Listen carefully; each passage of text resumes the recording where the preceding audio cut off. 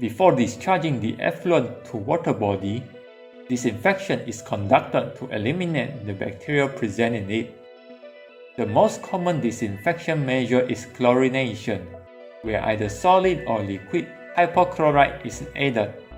The dosage of hypochlorite is limited between 6 to 10 mg per liter. The rate of dosage is depending on various factors such as the amount of suspended solid and ammonia in the effluent. Other than chemical disinfection, radiation disinfection may be used. This method makes use of ultraviolet radiation to stimulate photobiochemical changes within bacteria. Ozonation and maturation ponds are less common options for disinfection that usually associated with higher costs.